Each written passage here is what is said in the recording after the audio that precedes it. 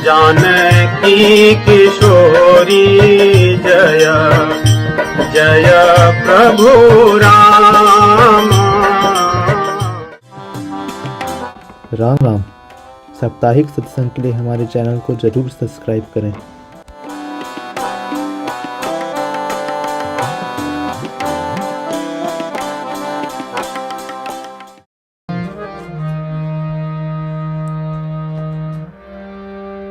राम राम। श्री सीतानाथ समारंभां श्री रामानंदार्य मध्यमाम् अस्मदाचार्य पर्यन्तां वन्दे श्री गुरु परंपराम्।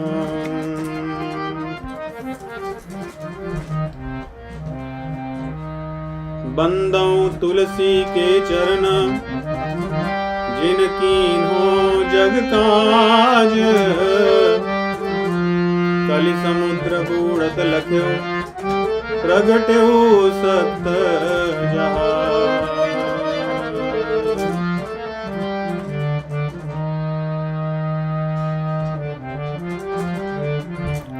राम राम। आज श्री रामचरितमानस के अरण्यकांड के दोहे 23 से 28, जिसमें माता जानकी का भगवान श्री रामचंद्र जी की वन लीला में अपहरण का प्रसंग है।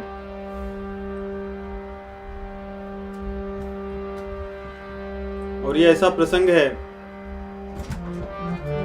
कि रामायण के बारे में जिसने भी कथा सुनी होगी इतना तो जानता ही है, क्योंकि सभी कथाओं में एक नायक होते हैं और एक खलनायक। तो जो खलनायक है वो नायक से यहाँ पर मिलता है, यहाँ या उनसे संबंध अब यहाँ पे जोड़ता है प्रत्यक्ष रूप से। अब तक तो दूर दूर से उसका भगवान श्री रामचंद्र जी के साथ दुराव था, परंतु माता जानकी जी की ही इच्छा से भगवान को ये लीला रचनी पड़ी, अन्यथा वे तो उसको ऐसे ही मारते। क्योंकि माता जानकी जी ने ही वचन ले लिया है कि आप किसी राक्षस को बिना अपराध के नहीं मारोगे, क्योंकि भक्त वत्सल हैं भगवान, करुणा वरुणालय हैं, अपने भक्तों की इच्छा को अवश्य पूरा करते हैं। इसलिए माता जानकी जी की इच्छा को पूर्ण करने के लिए भगवान ने रावण से अपने प्रति अपराध करवाया, अपने प्रति शत्रुता कराई, और उसके लिए उन्होंने ऐसी लीला रची कि जानकी जी का अपहरण होगा।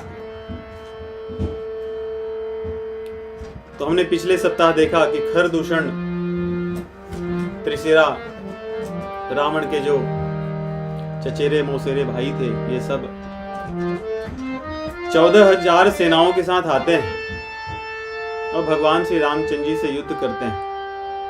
रामचंद्र जी के सौंदर्य को देखकर मोहित हो जाते हैं और उन्हें मारना नहीं चाहते, परंतु भगवान ने उनका उद्धार करने की इच्छा से उनका संहार कर दिया। और प्रभु ऐसे ही करते हैं, भगवान सुधार न करके संहार करके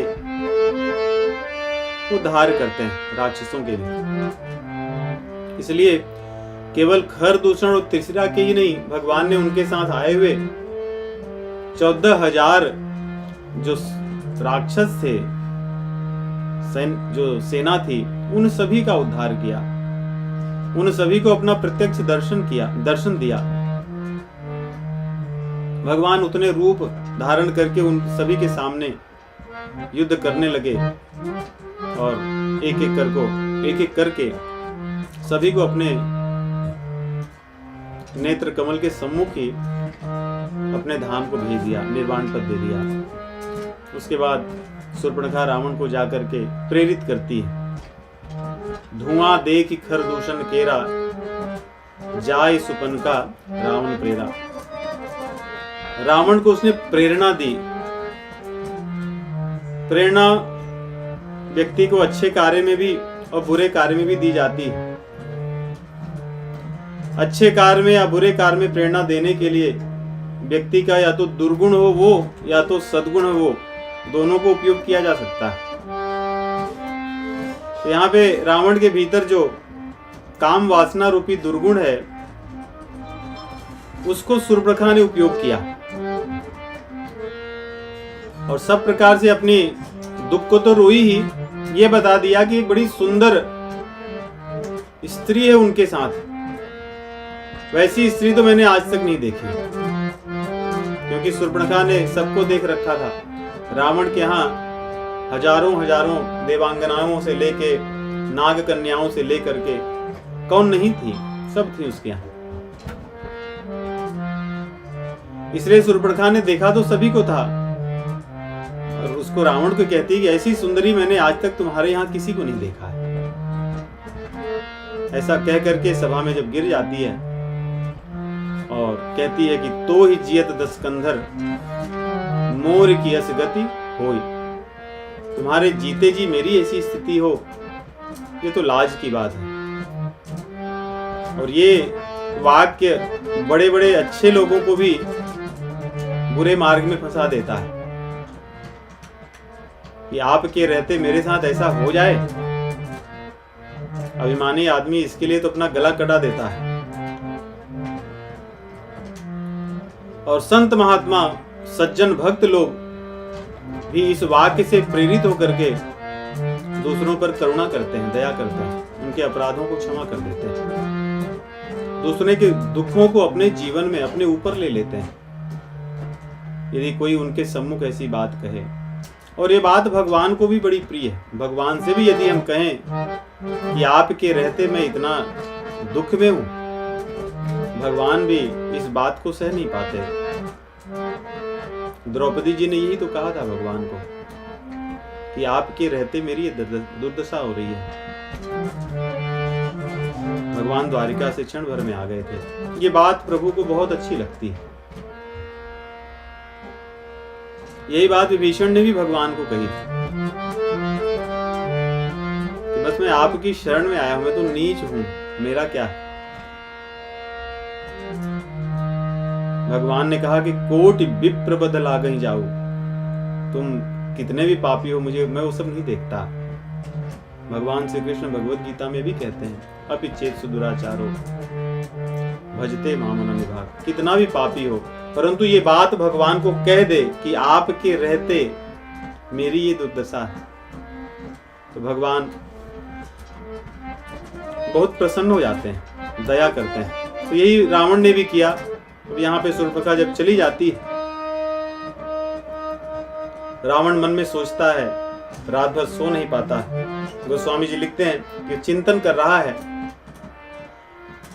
कि देवताओं में, मुनियों में, मनुष्यों में, राक्षसों में आज तक किसी भी व्यक्ति की कोई इतनी सामर्थ्य नहीं है, साहस नहीं है कि मेरे किसी सैनिक से या मेरे द्वारा सुरक्षित किसी राक्षस के समान कोई हो या उनसे युद्ध कर सके। तो फिर खरदूषण त्रिशिरा सहित 14,000 जो राक्षस मारे गए, ये तो संभव नहीं हो सकता। अगर हुआ है तो कहता है कि वो तो मेरे जैसे ही बलवान थे। खरदूषण मोहि सम बलवंता, खरदूषण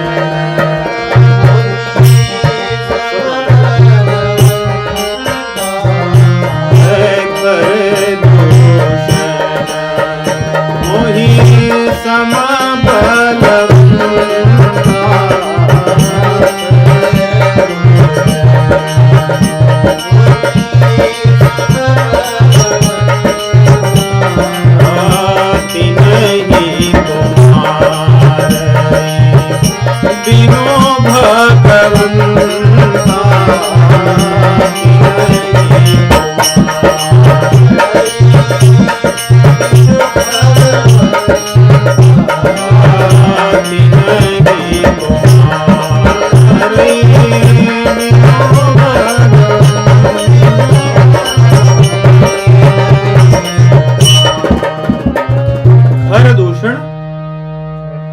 मेरे समान बलवान थे भगवान के अतिरिक्त उन्हें कोई नहीं मार सकता। इतना तो विवेक था रावण के भीतर। वो समझ गया कि भगवान के अतिरिक्त मुझे कोई नहीं मार सकता और खर दूषण को भी कोई नहीं मार सकता, क्योंकि मेरे समान ही उनको शक्ति प्रदान की हुई है ब्रह्मा जी ने। तो मन में विचार करने लगा, यदि भगवान ने अवतार लिया है तो मेरे लिए अच्छा ही है। अब मैं जाके शत्रुता करके उनके हाथ से मारा जाऊं और यहां से चलूं जिसमें मैं फंसा हूं। सूररंजन भंजन माहि भारा,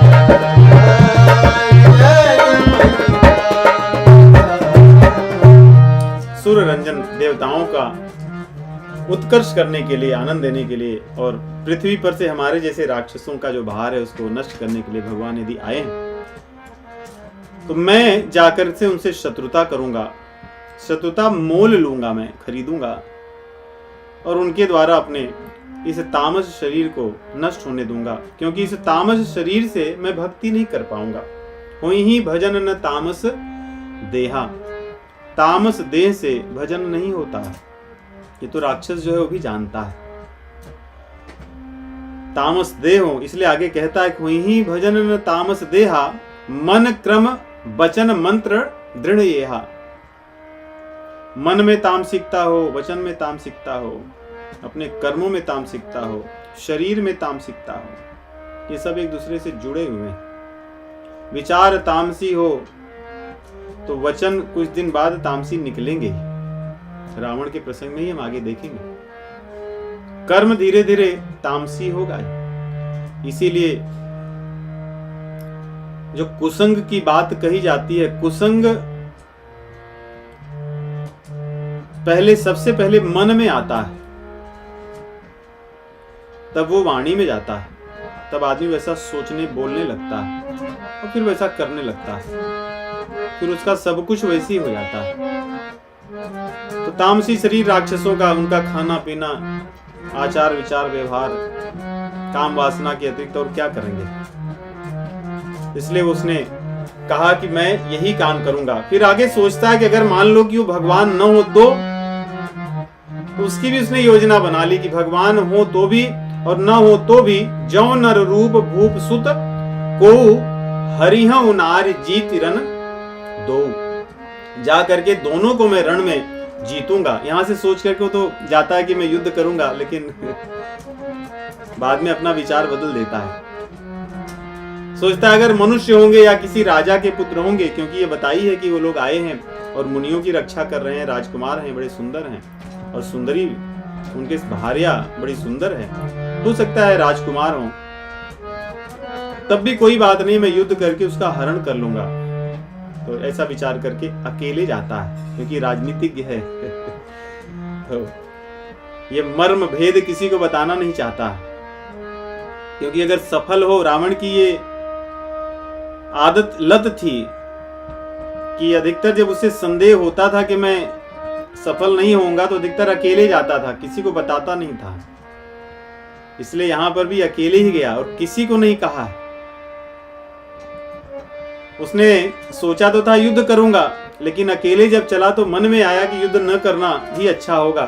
जब खर दूषण मार दिया गया तो फिर मैं भी मार दिया जाऊंगा। इसलिए उसने योजना बना दी।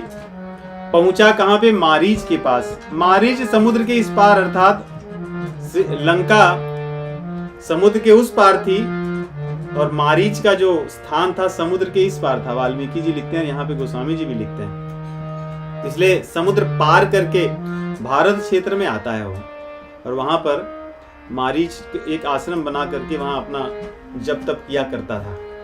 तो उसने युक्ति बनाई और मारीच के पास पहुंचा।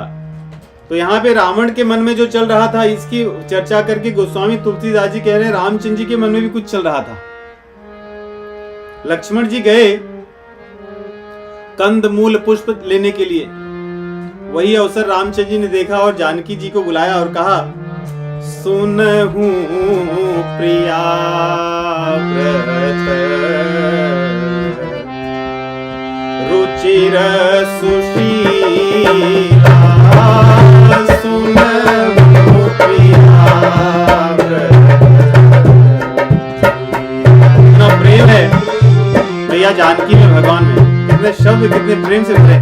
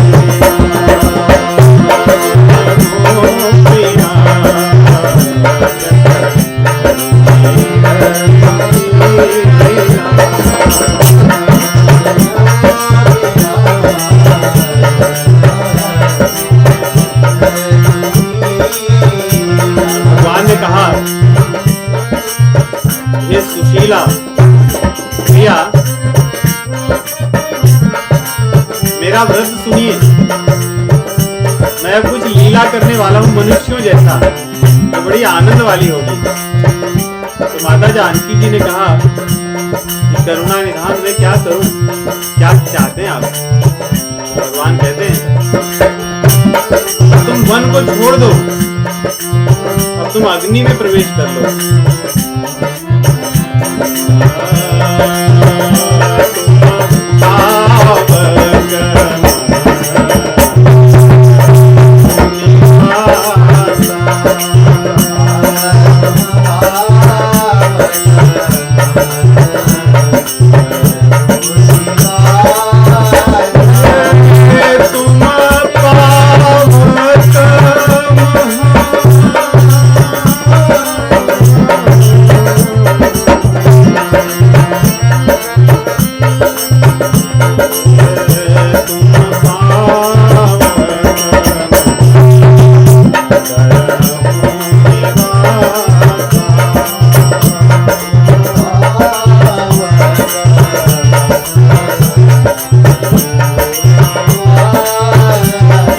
करोगी क्योंकि मुझे अब राक्षसों को मारना है। तो कितने दिन तक रहना है प्रभु जी? बोले जब तक मैं राक्षसों को मार न लूं। तो अवधि भगवान ने नहीं बताई, बोले जब तक जब लगी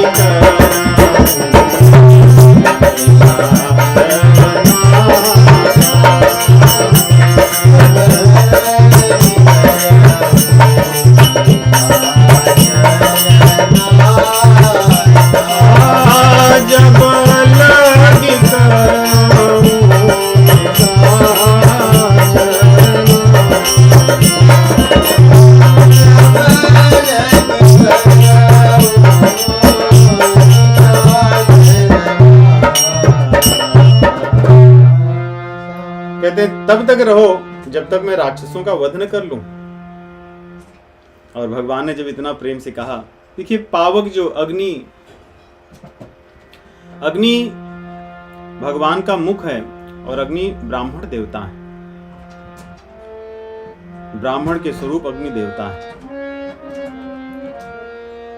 जो स्त्री होती है वो ब्राह्मण के पास सुरक्षित रहती है राजाओं की, इसलिए राजा जब युद्ध करने जाते हैं तो उनके जो कुलगुरु होते हैं वही वहां की स्त्रियों की सभी की रक्षा करते हैं, क्योंकि धर्म से सुसज्जित होते हैं।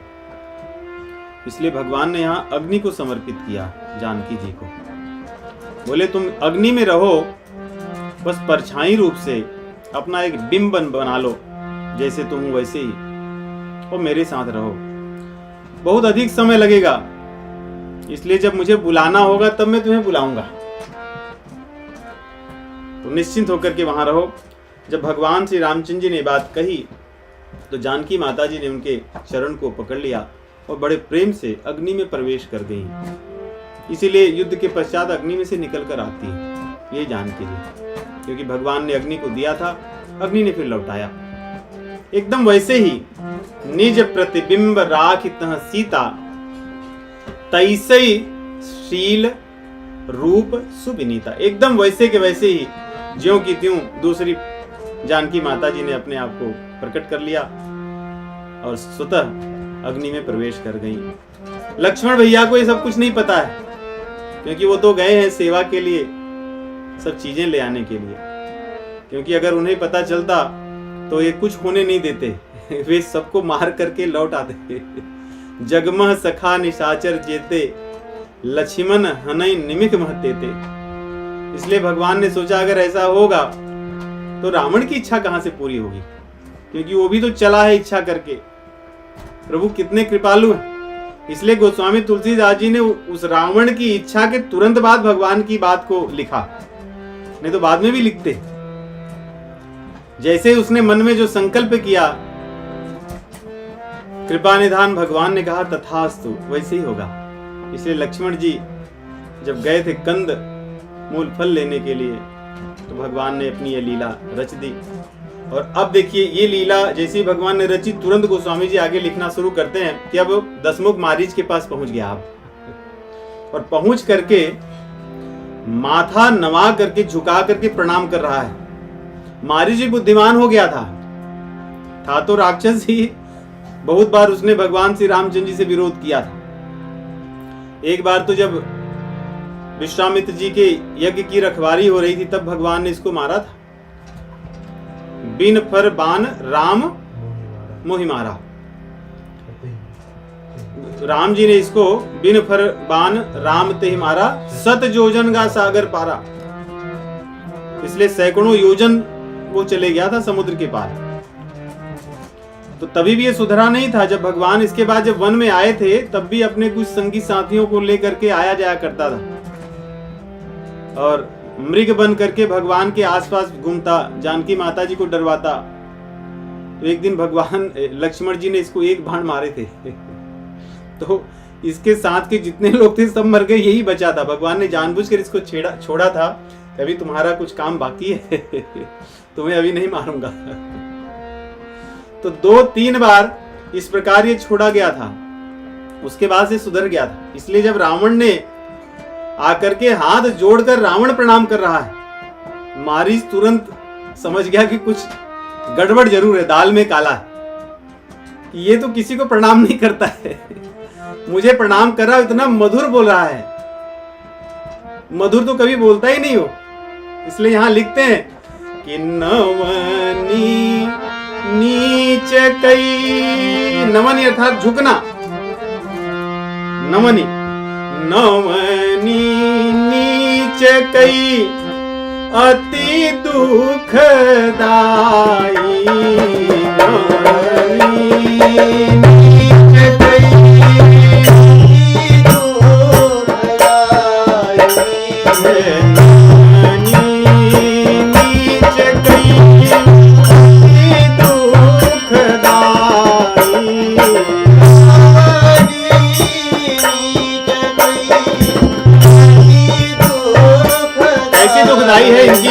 जैसे जिमी अंकुश धनु उरग बिलाई।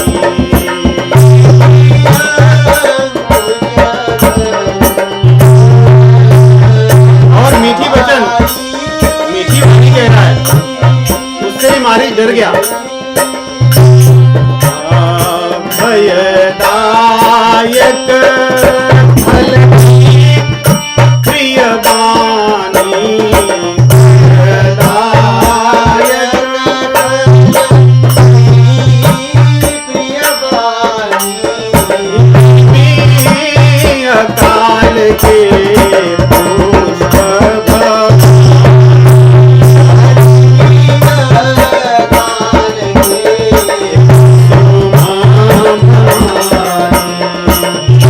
काल के कुसुम पुष्प भवानी।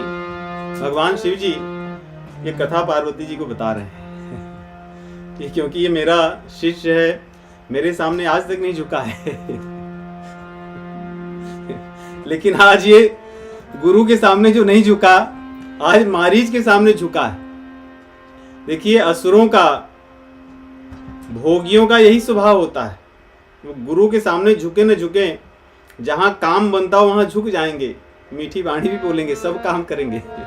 इसलिए यहाँ पे भगवान शिव जी कह रहे हैं, भवानी ये हमारे यहाँ तो नहीं झुका था, क्योंकि ये जब गया था भगवान शिव जी के यहाँ, तो जब इसको कहा गया कि तुमने तो प्रणाम किया ही नहीं भगवान शिव जी को, तो इसने कैलाश पर्वत को उठा लिया, क्योंकि झुकना नहीं चाहता, तो उठा के अपने सिर को लगा लिया। अब पूरा कैलाश हिलने लगा। पार्वती जी ने कहा कि भगवान ये क्या हो रहा है? बोले रावण प्रणाम कर रहा है इसीलिए सब हिल रहा है, कैलाश को उठा लिया है वो। तो वही याद दिला रहे हैं कि जो प्रणाम करने के लिए नहीं झुका था, कैलाश उठा लिया था, आज यहाँ झुक गया है और बड़ी मीठी मीठी वाणी बोल रहा है। जैसे देखिए, धनुष अगर झुकता है तो हानि ही करता है। जब धनुर्धर जो होता है, जब प्रत्यंचा चढ़ाने के लिए पहले तो धनुष को झुकाता है, उस पर बाण साधता है, तब उठाता है। तो जब अगर धनुष झुका अर्थात किसी को मारेगा, अब उसी प्रकार अंकुश होता है जिससे हाथी को नियंत्रण में रखते हैं।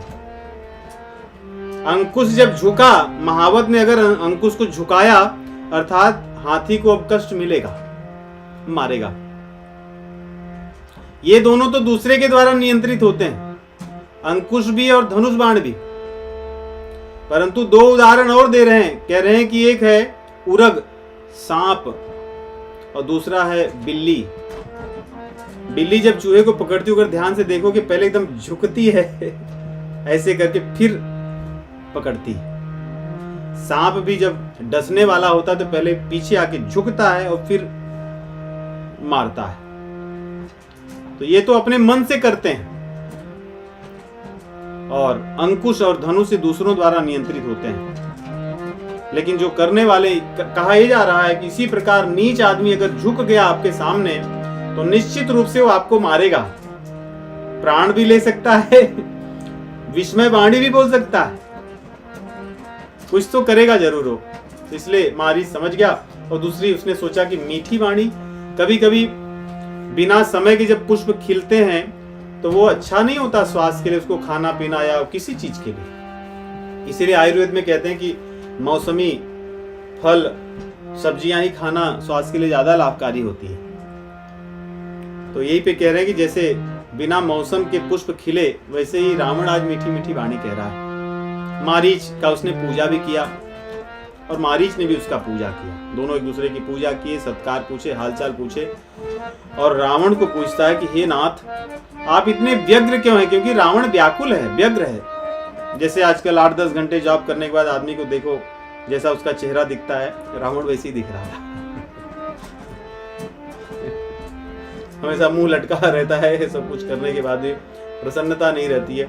वैसे ही रावण के पास सब कुछ था, पूरा त्रिभुवन पे राज्य था, फिर मुंह झुका हुआ था। मारीच ने पूछा कि तात, अचानक ऐसा क्या हो गया है? आपका वो कॉन्फिडेंस कहाँ गया जो रोज देखता था? ऐसे झुके क्यों हो? तो सारी बातें उसने कह दी, खर दूषण की ये सब चीजें उसने बता दिया और अभिमान के साथ कहा। यहाँ पे कह रहे हैं गोस्वामी तुलसीदास जी की दसमुख सकल कथा तेहि आगे कही सहित अभिमान अभागे। दसमुख इसलिए कि दसों मुख से वो खूब इतना व्यग्र था कि उसको संयम नहीं था, फटाफट जल्दी जल्दी सब कुछ बोल दिया और अभागा था। उसने सब कुछ कह करके उसको मारीच को कहा कि अब तुम्हें क्या करना है वो सुनो, मैंने सब कुछ बता दिया, अब तुम्हें मृग बनना है कपट पूर्वक, ऐसा अब तुम जानो कैसा बनना है। क्यों कह रहा है? क्योंकि ये यही बना करता था इसीलिए कभी कभी बुरी आदतें होती हैं तो गड़बड़ हो जाता है कभी कभी। ये भगवान श्री रामचंद्र जी को परेशान करने के लिए यही बना करता था। तो रावण को तो सब पता था, इनका एक एक चीज पता था, सब डेटाबेस उसके पास था कि तुम कब कब क्या क्या करते थे। तो इसने कहा कि जब मृग बन के घूमा करते तो वही मृग बनना है। बोले अब मृग बनना तो मैंने छोड़ दिया, बोला वो सब मैं नहीं जानता फिर से बनो और जा करके उनको सीता जी को तुम किस प्रकार लुभा सकते हो और रामचंद्र जी तुम्हें मारने के लिए दौड़ेंगे, तब मैं वहीं हरण करके ले आऊंगा। मारीच ने उनको समझाने का प्रयास किया कि वो जो देख रहे हो तुम मनुष्य रूप में, मेरा अनुभव ऐसा कह रहा है कि वो लोग भगवान हैं। ते पुनि कहा सुनहु दस सीसा, ते नर रूप चराचर ईसा। मेरा अनुभव कहता है कि वे लोग मनुष्य तो दिख रहे हैं लेकिन भगवान है, क्योंकि मेरी बहुत बार मुठभेड़ हो चुकी है, इसलिए उनके साथ वैर करना उचित नहीं है। मारे मरिए जियाए जिए, यदि वो जिसको मारना चाहे वो मरेगा और जिसको जीवित रखना चाहे वो सदैव जीवित रहेगा।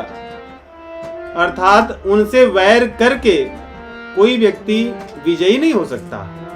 वो जिसको चाहेंगे उसको मार सकते हैं, जिसको चाहेंगे उसको जीवित कर सकते हैं।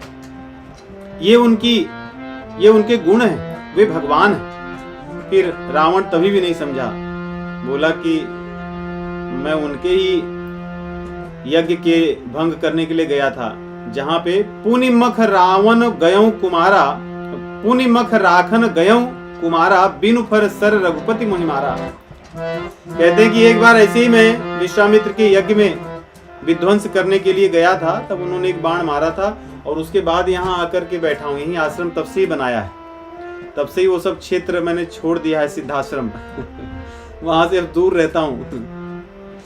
तो इसलिए कह रहा है सत जोजन आयो क्षण माही, मुझे तो पता ही नहीं चला कि मैं वहां पे यज्ञ विध्वंस के लिए गया था और अगले क्षण जब मेरी आंख खुली तो मैं यहाँ पड़ा हूं जहां तुम आए हो तो केवल एक बाण मारे थे, इसलिए उनके साथ वैर करना उचित नहीं है। लेकिन रावण तभी भी नहीं माना। तो एक और उदाहरण दे रहा है, कह रहा है कि मेरे बारे में जरा देखो, मैं तो तुम्हारा चेला हूं, जो जो कहते थे वही करता था, तुम्हारे दिए हुए रोटी को खाता था, लेकिन इतने वर्षों से तुम्हारे पास नहीं आया हूं कुछ मांगने के लिए और तुमने भी मेरी कोई सुधि नहीं ली, आज आए हो।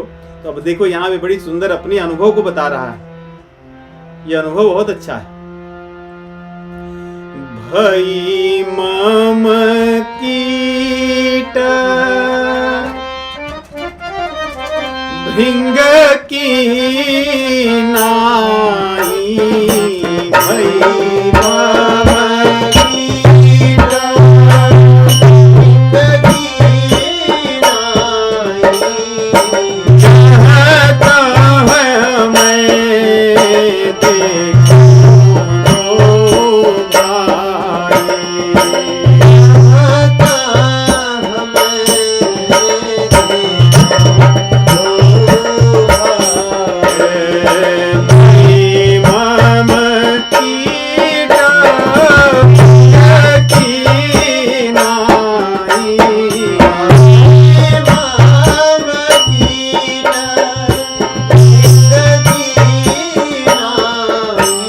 कहता है मैं देखूं दो भाई, कहता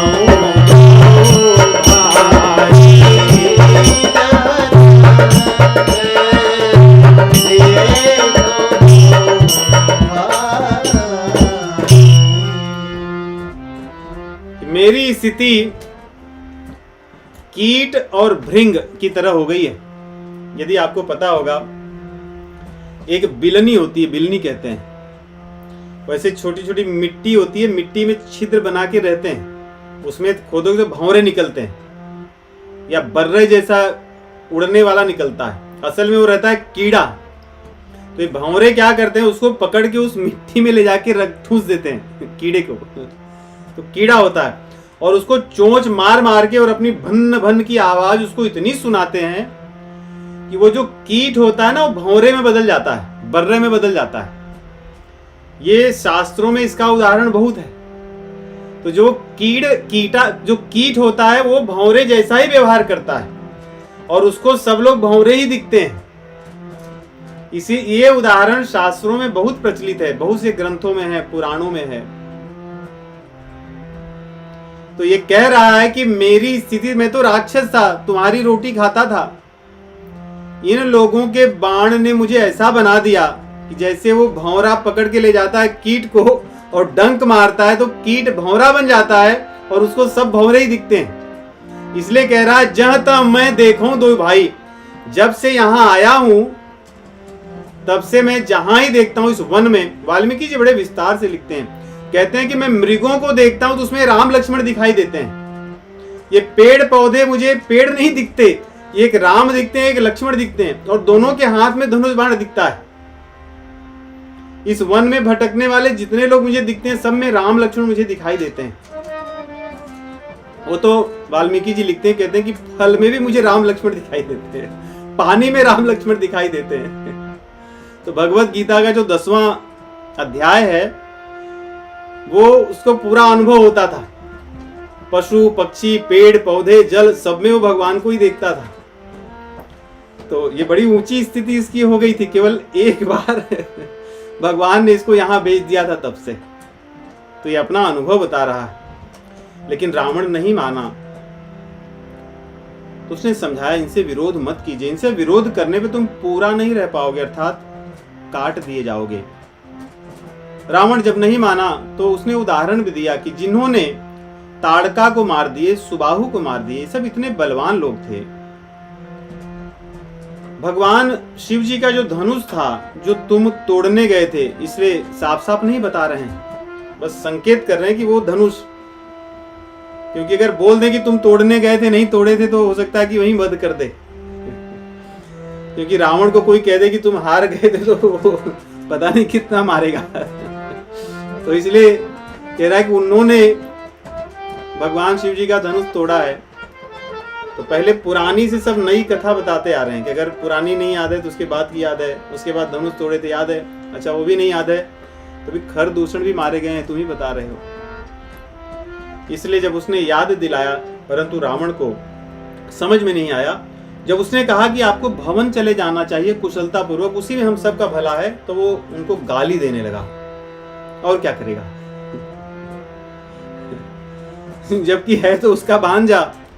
जब उसको गालियां देने लगा, तब उसने सोचा कि अब मेरा तो वध निश्चित है, मेरे पास एक ही विकल्प है, इसके मरने से अच्छा है मैं रामचंद्र जी के बाण से मरूं, वो ज्यादा, क्योंकि मैं उनसे बाण से मरूंगा तो मेरा कल्याण हो जाएगा। और उसके मन में भी लोभ आ गया, लालच आ गया कि ये मेरे लिए अच्छा अवसर है, इसलिए इसके बाण से मरना नहीं है मुझे, मैं रामचंद्र जी के बाण से मरना चाहता हूं, इसलिए वही काम करूंगा। उसने विचार किया, मन में सोचा, और एक नीति की बात उसके मन में आई। यहां पे कहते हैं कि 9 लोगों से कभी शत्रुता नहीं करनी चाहिए। जिसके हाथ में शस्त्र हो उससे, और आपके हाथ में शस्त्र न हो, और आप उनसे मुठभेड़ करो, तो ये नीति नहीं है। बुद्धिमान लोग ऐसा नहीं करते। जैसे आप देखिए, जब देवकी का विवाह हुआ और कंस ले जा रहा था बड़ी प्रसन्नता से अपनी बहन को पहुंचाने, और जैसे ही आकाशवाणी हुई तो तुरंत मारने जाने लगा। तो वसुदेव जी ने कितनी बुद्धिमत्ता से उसको समझाया, क्योंकि उनके पास अस्त्र शस्त्र नहीं था और युद्ध करना उचित नहीं था उससे। इसलिए उन्होंने बड़ी बुद्धिमानी से काम करके उसको कैसे भी संकट को टाल दिया। तो वैसे यहाँ कहते हैं, जिसके हाथ में शस्त्र हो और मर्मी, जो किसी का भेद जानता हो, तुम उससे लड़ाई करने बैठ जाओ। तो वो क्या करेंगे? तो यहाँ तो रावण सब भेद जान ही रहा है इनका, कौन सी चीज नहीं जानता। तुम्हारी कितनी शक्ति है उसको पता है सब, तो तुम मार खा करके यहाँ आए हो। तो आगे कहते हैं प्रभु अर्थात स्वामी से भी आप शत्रुता कहां कर पाओगे जो आपका मालिक हो। 60 मूर्ख आदमी से आप शत्रुता करोगे तो विजय भी पालोगे तो आपकी हानि ही होगी।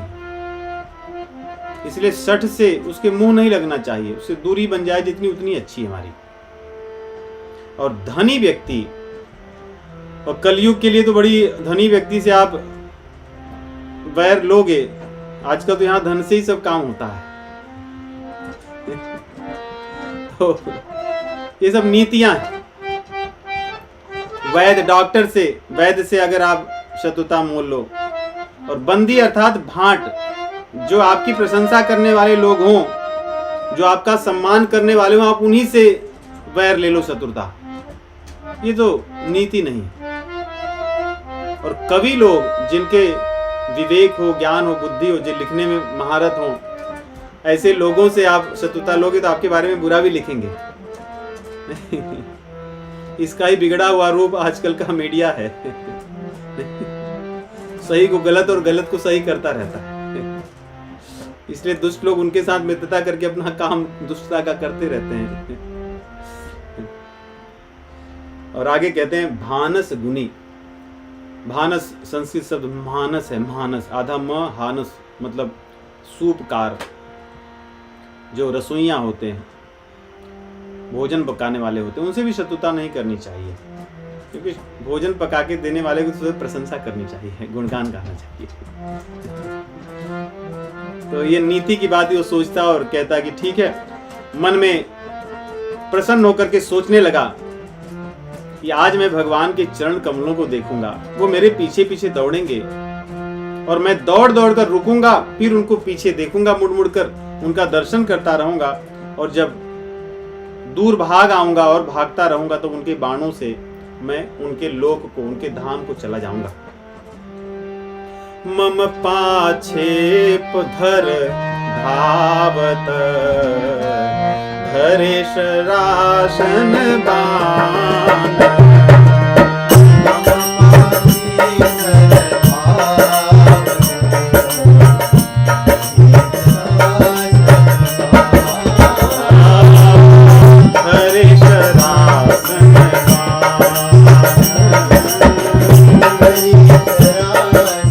रामचंद्र जी का स्वरूप बहुत सुंदर लगता है, जब उनके हाथ में धनुष बाण हो उठाए रहे।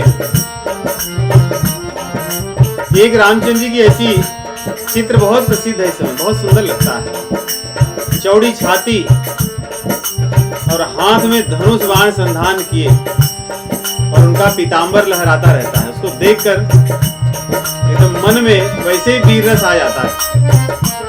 वैसे ही ये सोच रहा है कि मेरे पीछे ऐसे ही वो धनुष बाण लिए चलेंगे, भागेंगे, और मैं क्या करूंगा, रुक रुक कर उन्हें देखूंगा थोड़ा, फिर भागूंगा। फिरी फिरी प्रभु ही धन्य नमो समयान। फिरी फिरी प्रभु ही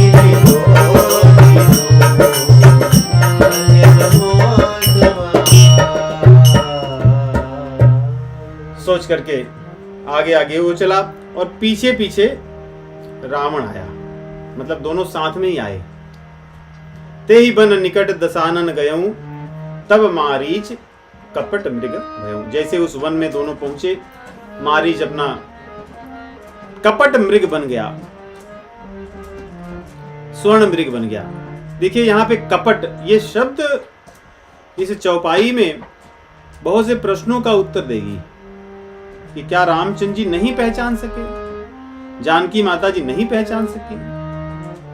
ये कपट से हम जाएंगे तो भगवान अपने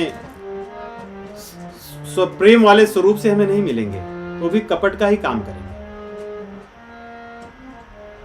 हमारे उद्धार के लिए फिर वैसे ही जाएंगे, क्योंकि कपट मृग बन गया। इसलिए उसको देखकर जानकी माता जी ने कहा कि अब इसको मारना ही है, ये कपटी है। इसलिए मन में प्रश्न उठता है कि अच्छा सीता जी ने क्यों कहा मृग को मारना है?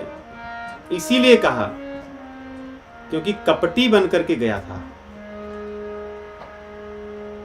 उस कपट के दंड को देने के लिए, उसका शीघ्रता से उद्धार करने के लिए माता जानकी जी ने देखा इतना सुंदर मनोहर, तो भगवान से प्रेम से आग्रह करती, कहती प्रभु सुनहु देव।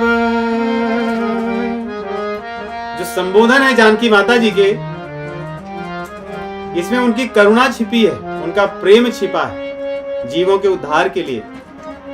इसलिए इसके उद्धार के लिए रामचंद्र जी से प्रार्थना कर रही हैं वो। सुनहु देव रघुबीर कृपाला, सुनहु देव कृपाला, सुनहु देव रघुबीर कृपाला, कर अति सुंदर छाला, मृग कर अति सुंदर छाला,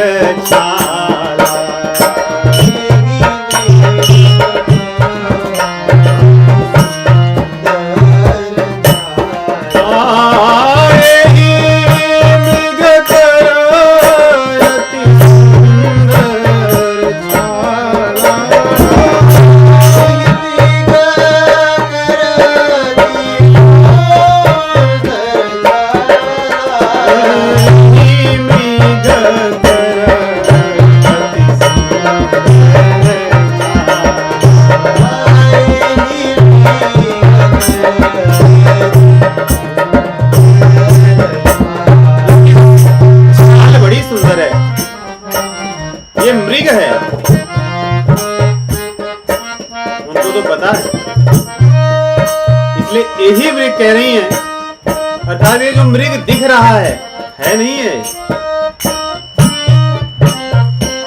इसके अंदर जो भी है प्रभु आप ले लीजिए और उसके छाल को लेकर ही आप उद्धार कर दीजिए। यही उनकी कृपा है। इसके पास कपट है, कपट मृग है, कपट से इसने एक छाल धारण किया है, उसको आप मार करके ले लीजिए और इसका उद्धार कर दीजिए, क्योंकि इसी भावना से वहां से चलकर आया है। देखिए जानकी माता जी बड़ी करुणा से भरी हुई है। जो भी जीव के पास होता है उसी से उसका उद्धार कर देती है, क्योंकि उसी भावना से आया है। इसलिए कह रही हैं सत्य संध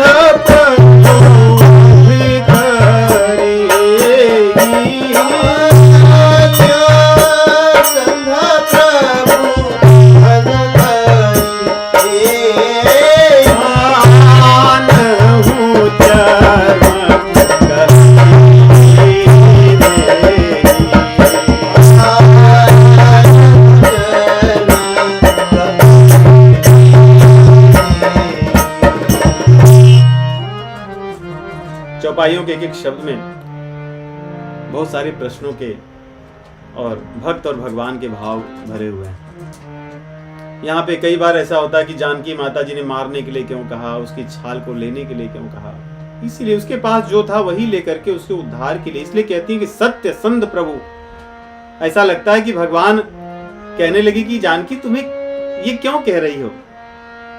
भगवान ऐसा लग रहा है कि आनाकानी कर रहे थे, इसलिए जानकी माता जी कहती है सत्य संध प्रभु। प्रभु आप तो संकल्प लिए हैं ना इन राक्षसों का उद्धार करने के लिए, इसलिए इसको मार दीजिए, इसका उद्धार कर दीजिए। सत्य संध प्रभु वध करिए, इसका वध कर दीजिए आप, और इसके पास जो है वही ले आइए, आप इसके चर्म को ले आइए। भगवान श्री रामचंद्र जी आगे की चौपाई में कहते हैं कि तब रघुपति जानत सब कारण। रामचंद्र जी तब कारण जान गए, जानकी जी की इच्छा को जान गए कि वो क्या चाह रही हैं, मुझे क्या करना चाहिए, उनकी क्या इच्छा है। वो बात को जान करके भगवान श्री रामचंद्र जी उठे, हरसि सुर काज समारन। तब भगवान उठे और अपने कट तट को कसा, तुणीर को लगाया और धनुष लेकर के उसके पीछे पीछे चल दिए। लक्ष्मण जी को समझाया कि हे लक्ष्मण, इस वन में बड़े राक्षस हैं, इसलिए मैं जा रहा हूं, तुम जानकी जी का ध्यान रखना। सीता केरी करे रखवारी, बुद्धि विवेक बल समय विचारी। रक्षा तो करना, लेकिन केवल बल से मत करना क्योंकि बल से करोगे तो रावण का मार दोगे तुम और बहुत सी चीजें मेरी गड़बड़ हो जाएंगी। इसलिए बुद्धि विवेक और बल सबका उपयोग करके करना रक्षा। ऐसा ना करना कि रक्षा में सब काम गड़बड़ हो जाए, जो मैंने सब किया हुआ है। और उसके बाद भगवान उसके पीछे पीछे जोड़ते हैं, कहते हैं जो प्रभु वेदों द्वारा गाए जाते हैं, बड़े बड़े ऋषि मुनि देवता तक उनकी स्तुति करते हैं, वे एक मृग के पीछे भाग रहे हैं। वो भी कैसे मृग के पीछे? मायामय मृग, मायामय मृग के पीछे भाग रहे हैं। कौन?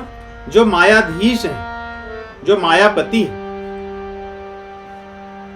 तो यही भगवान की लीला है, यही मानवीय लीला है प्रभु की, जिसमें दिखते हैं तो मनुष्य जैसे, परंतु उनके सभी कर्म दिव्य होते हैं, इसीलिए वो लीला कहलाई जाती है। इसलिए भगवान को नहीं पता है, वो बस लोभ में दौड़ रहे हैं और मारने के लिए दौड़ रहे हैं। ऐसी बातों में हमें नहीं रहना चाहिए। माया मृग पाछे सो धावा, वो माया मृग के पीछे दौड़ रहे हैं जिनको निगम नेत शिव ध्यान न पावा। भगवान शिव जी वेद पुराण जिनके पार को नहीं पाते। तो ये पहले कुछ समय रुकता, भगवान पास में आ जाते, फिर दूर भागता। भगवान भी उसको अवसर दे रहे थे, उसकी सारी इच्छाएं पूर्ण कर रहे थे। इसने सोचकर आया था कि पहले मैं थोड़ा दौड़ूंगा, फिर भगवान रुकूंगा, वो आएंगे, फिर मैं भागूंगा। भगवान उसकी सारी इच्छा को पूरी करते रहते। कभी वो छिप जाता, कभी दूर दिखता, कभी पास दिखता। इस प्रकार दौड़ते दौड़ते जब बहुत समय हो गया, देर हो गई, तो भगवान ने सोचा कि अब इसको मैं मार दूं। तब तक राम धनुष,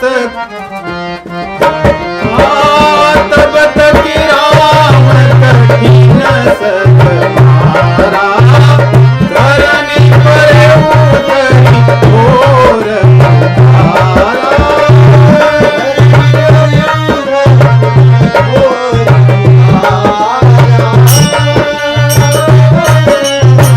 लक्ष्मण कर प्रथम ही लई नामा, पाछे मेरे सिमरन रामा।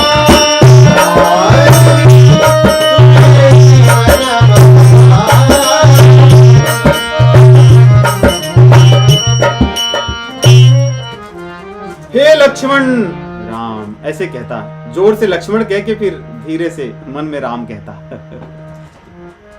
भगवान ने उसको दुर्लभ गति दे दी। यहाँ कह रहे हैं कि प्राण तजित प्रकटे से निज देहा, सुमरे से राम समेत स्नेहा। राम जी को प्रेम से उसने स्मरण किया। आया तो था द्वेष की भावना से, लेकिन भगवान को देखकर द्वेष नष्ट हो जाता। प्रेम से स्मरण करने लगा और भगवान ने उसकी अंतर भावना को देख करके मुनि दुर्लभ गति दीन सुजाना, जो मुनियों को गति मिलती है वो गति भगवान ने इस राक्षस को दे दी। इस प्रकार भगवान ने उसका वध किया और वध करके वहां से लौटने लगे। अब लक्ष्मण लक्ष्मण करके जब इसने पुकारा था, तो जब वो ध्वनि लक्ष्मण भैया ने सुना, जानकी जी ने सुना, अब जानकी माता जी लक्ष्मण जी को कहने लगी कि तुम्हारे भैया को कष्ट हो गया है। लक्ष्मण कहने लगे कि मां, भैया को कौन सा कष्ट होगा? भ्रिकुटी विलास सृष्टि लय होई, भ्रिकुटी विलास सृष्टि लय। मेरे भैया तो ऐसे हैं कि उनके नेत्रों का संकेत होता है तो बड़े बड़े ब्रह्मांड बनते बिगड़ते और चलते हैं। उनको कौन सा संकट होगा? उनसे प्रश्न पूछ रहे हैं। त्रिकुटी विलास सृष्टि लय होई, सपने हूँ संकट भरई की सोई, सपने हूँ संकट भरई की सोई।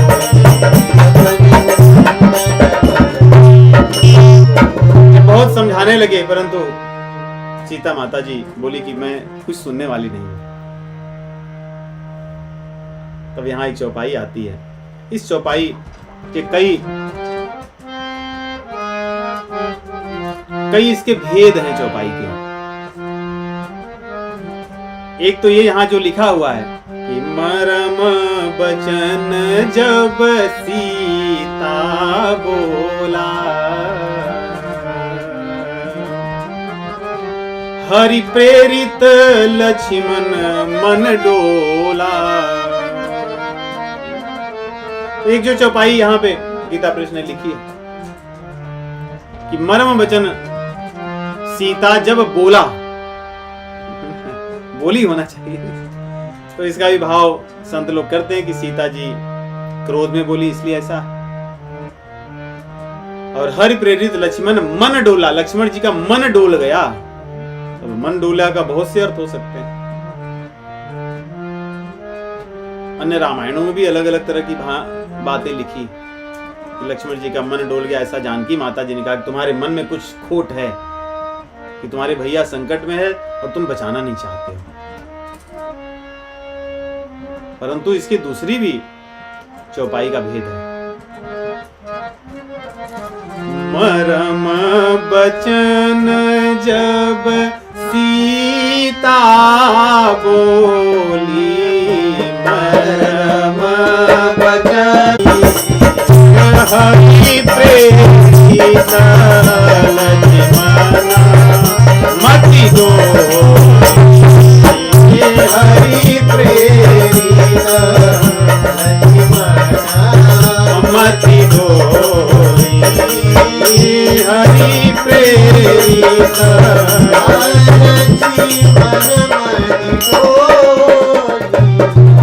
हरि प्रेरित लक्ष्मण मति डोली।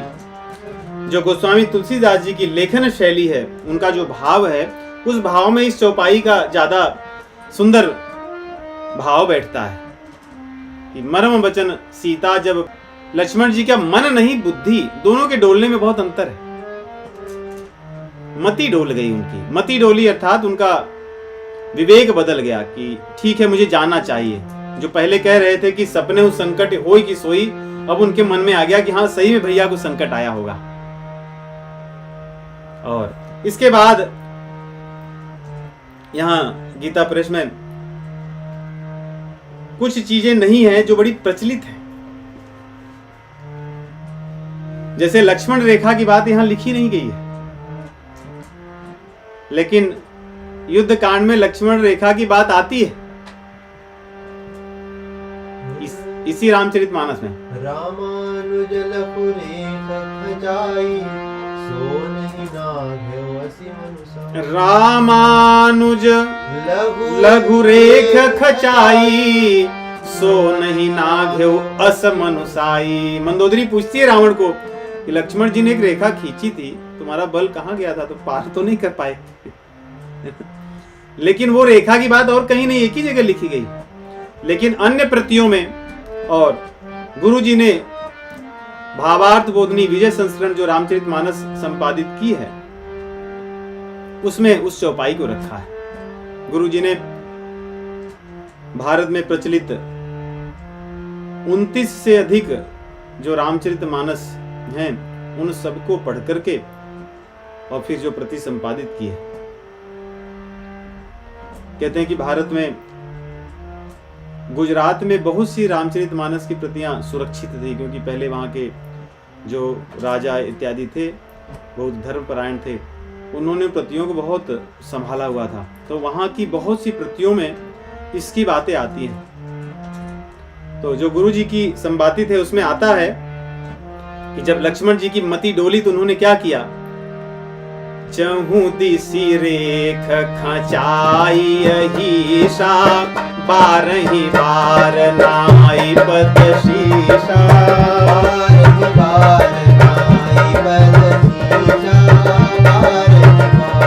बारही बार नाई पद शीशा और चहु दिसी रेख खिंचाई अहिसा।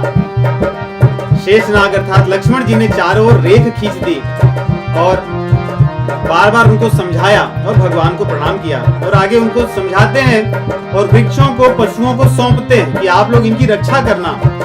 और आगे कहते हैं चितवहि लखन सिहि फिरि कैसे, तजत बच्चनि जमातहि जैसे। बड़ी सुंदर भाव है।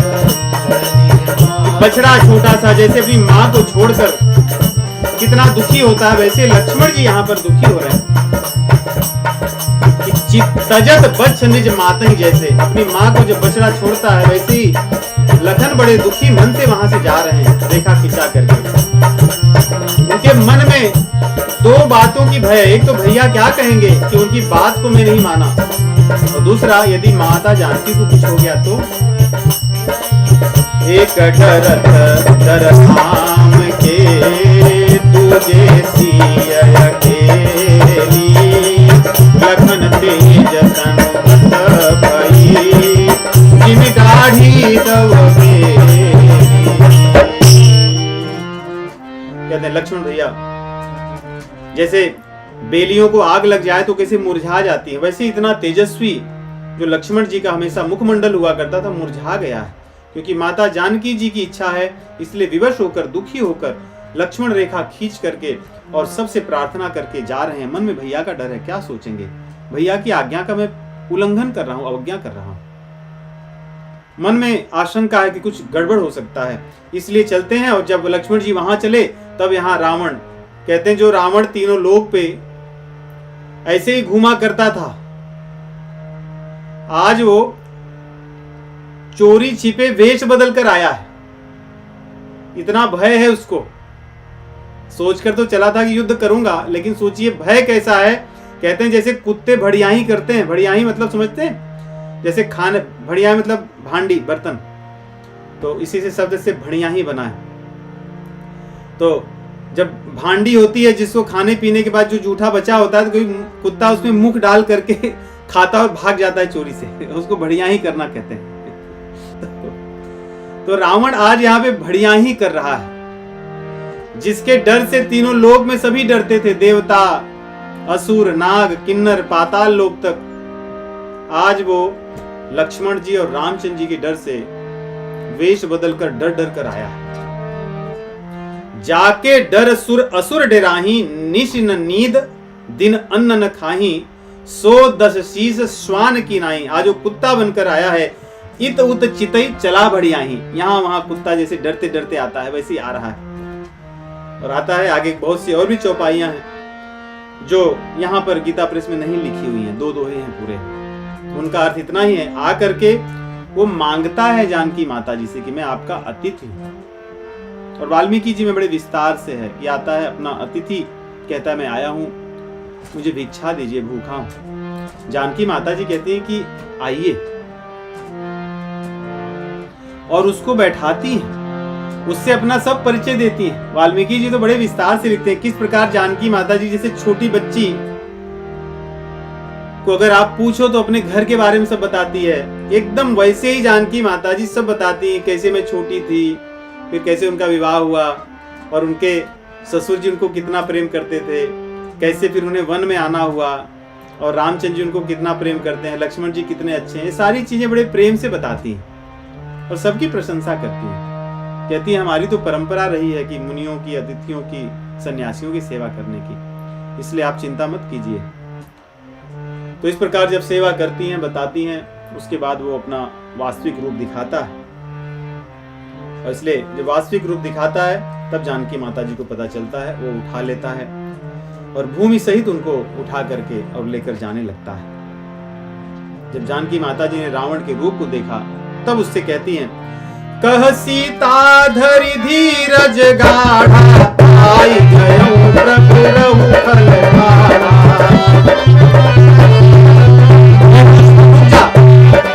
रूप प्रभु आने ही वाले हैं, तेरे रूप को मैं नहीं जानती थी। और आगे कुछ उपमाएं देती हैं जो यहाँ गीता प्रेस में सारी नहीं है, लेकिन बड़ी सुंदर सुंदर उपमाएं।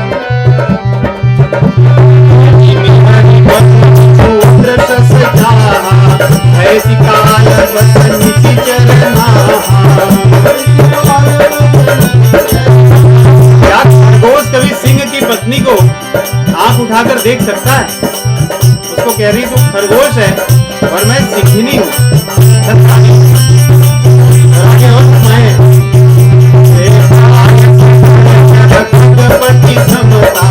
सिंधु समान हो यकीनी सरिता। कौवे की तुलना कभी गरुण से हो सकती है क्या? कौवा कौवा है और गरुण गरुण। नदी की तुलना समुद्र से हो सकती है क्या? नदी नदी है, समुद्र समुद्र। तुम्हारे रामचंद्र जी तो समुद्र है, तू तो क्षुद्र नदी है। आगे कह रही है एक घर की हो जाहु भवन नीति सुन ज्ञाना।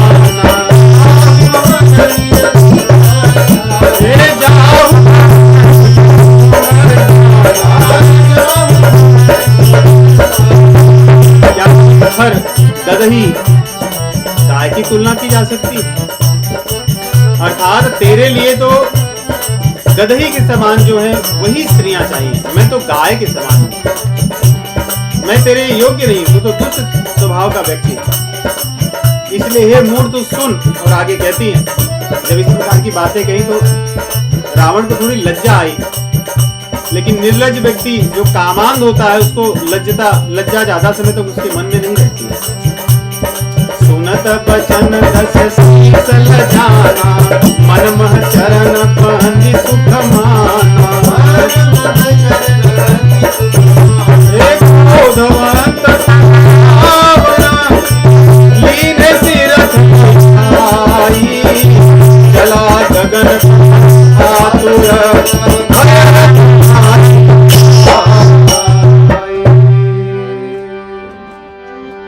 माता जानकी जी ने कहा, लज्जित हुआ, क्रोध भी आया, रथ तो चला दिया लेकिन डर मन में बहुत है, रथ चला नहीं पा रहा है। तो इस प्रकार देखिए यहाँ पर जानकी माता जी के अपहरण का प्रसंग है। इसमें सब चीजें मायामय हैं। जानकी माता जी स्वयं मायामय है, बिंब है। जो मृग बना है वो भी माया भी है, माया भी मृग का ही है। अपहरण करने वाला जो आया है वो भी माया का रूप धारण करके आया है। तो यदि कोई माया करना चाहता है तो हमारे प्रभु मायावी है, मायापति।